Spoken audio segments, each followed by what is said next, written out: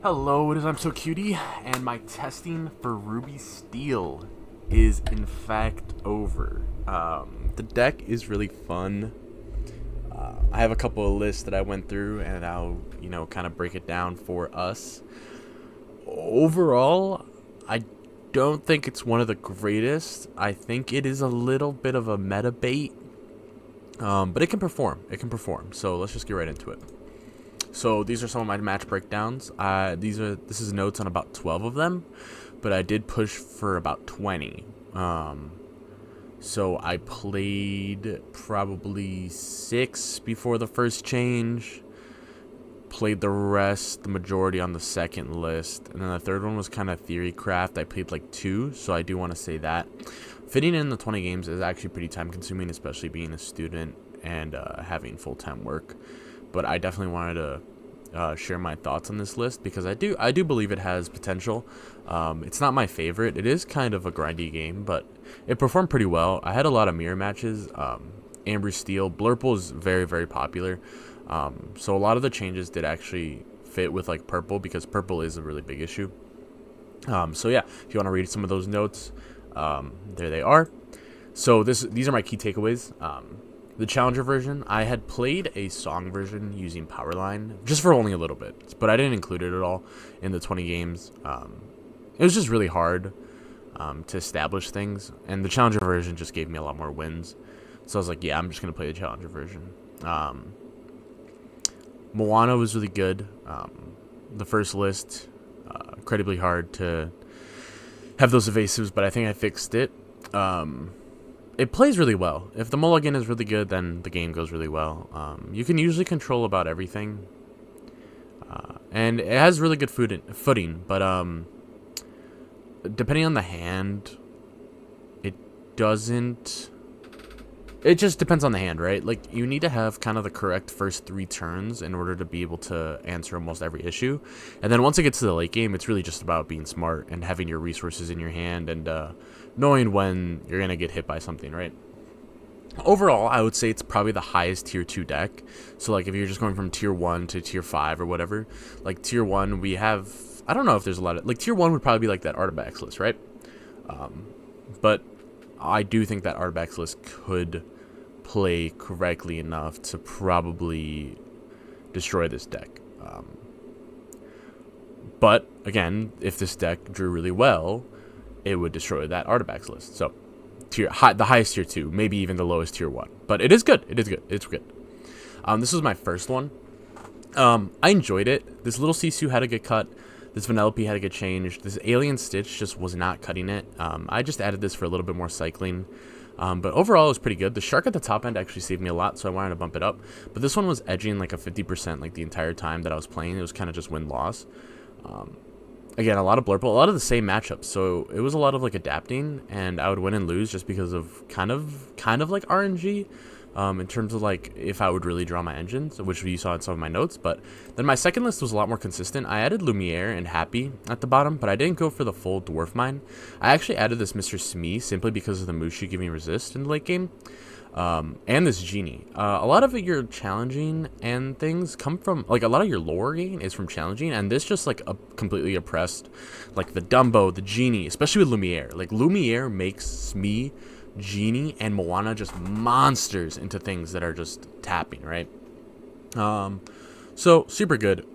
This time I cut Queen, and then I ran into the issue of not drawing enough, so I did decide for my very third list to add the Queen back, take out the Stitch because of its inefficiency, and then I actually saw a deck running the Break Free, so I decided to add it. This one was the least amount of games out of the 3 lists, but it was performing well, and it just kind of mirrors this one a little bit. The first couple turns are exactly the same, right? And I took out that 2-drop Smee because I realized that Genie and Happy were enough with the Moana, because there's not that many evasives, right? And then just the Shark in the top window is the big one, right? So Smee got cut. Yeah. It performed pretty well, above 50% win rate, so I don't mind it too much. Pete counts did get cut a little bit because Pete just isn't as relevant. There isn't a lot of singing, and unless Powerline sees like a really big jump, you just have to keep the Peats when you gotta keep the Peats, right? So you'd probably lose to like a really song heavy deck, but I don't see you being susceptible to a really song heavy deck, because if they tap, you probably have enough board state to like punish it, right? But yeah, so a great combo. Moana plus anything. Moana just spreading that attack is insane, man. Like, she doesn't die to the genie trade, and then she gives like your happy or your hook like 10 attack to kill something, man. It is so good. Moana is so good. Every time she came out, there's just no removal in this game anymore. Moana is good, and the lack of removal, man, like you can play until turn like 20, bro. Like, it is so good. It is so surprising, and yeah. So lackluster cards were Calhoun. I didn't see a lot of aggro besides the Steel Song, right? But Captain Hook is enough typically. Captain Hook and the cannons were enough to really like board wipe when I needed to. So lackluster, just not evasive, being uninkable. The resist with the bells running around, man, it is a lot. So lackluster, unfortunately. So I would probably cut her down to 2. She's still good, like into puppies and stuff, but I don't know. The evasive stuff is just really annoying.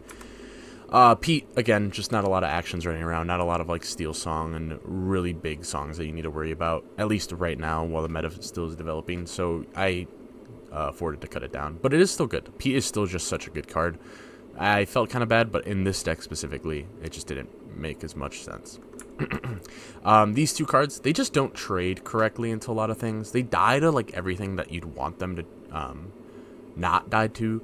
Like, even if it's just a small guy, like Vanellope just dies to like hitting the Daisy, right, with Lumiere. At least Mr. Smee lived it. I could see Mr. Smee going back in, but lackluster overall. I'd rather just play for the, the Genie Moana. So, especially that's when like the real evasives come out, right? So, insane cards. Mushu's just so abusive to everything. Like, if they turn sideways, Mushu is just so abusive. You're taking trades with resist 2 and getting 2 lore. That is absolutely insane, especially with Lumiere on board. Mushu is just absolutely overperforming. There are times in the mulligan where you do have to ink it in the early game because you just cannot get to it. You have to establish a lot of stuff first. But when he does come out for a board wipe, it's just, you get like 8 lore and you clear their board, and now you have a bunch of surviving things that are going to quest for 5 in total next turn. So you get 13 lore on a 2-turn swing. Mushu's just so good. And especially in this meta, there's just not a lot of removal. And they're not going to beat you before turn 6 usually, unless it's like a really hard Amber Steel aggro, right? Or like puppy aggro. So at this moment, Mushu is pretty good. Lumiere, he just corrected a lot of math. And again, low removal meta, he can just sit there and give everybody +1. Super good. Moana, again, damage spreading, tanking, killing the genies. So good. I promise you, this card is so good. Captain Hook, probably the best 1-drop in the game at the moment. His, like, hitting for 3 is so relevant.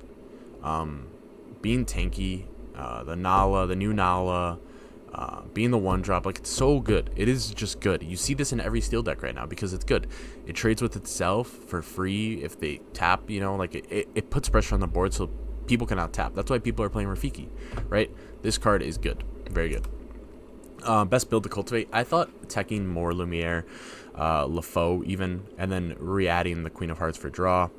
I kind of had it like this. This is a 60-card list. Maybe the no LaFoe for the Pete's just because LaFoe's a little bit win more. But yeah, overall, the deck played really well. Again, I would say a low tier 1 deck or a high tier 2 deck.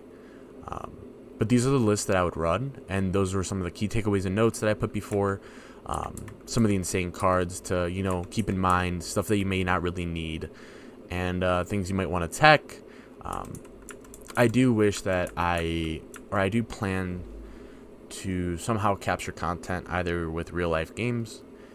So maybe I can break down mulligans a little bit more, but it is a little bit more time consuming to kind of present that in this fashion. So just kind of going through the list and talking through it is all I got.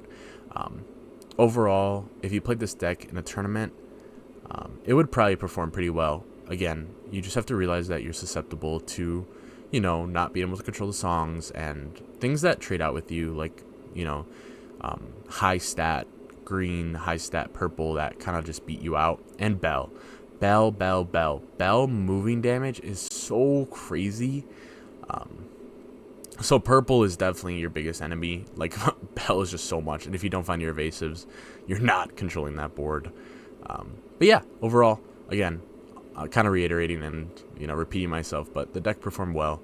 And I hope that you guys can take this list, cultivate it a little bit further. And if you enjoy this kind of gameplay or style of deck, then, yeah, feel free to take it and take it to the next level. Thank you guys.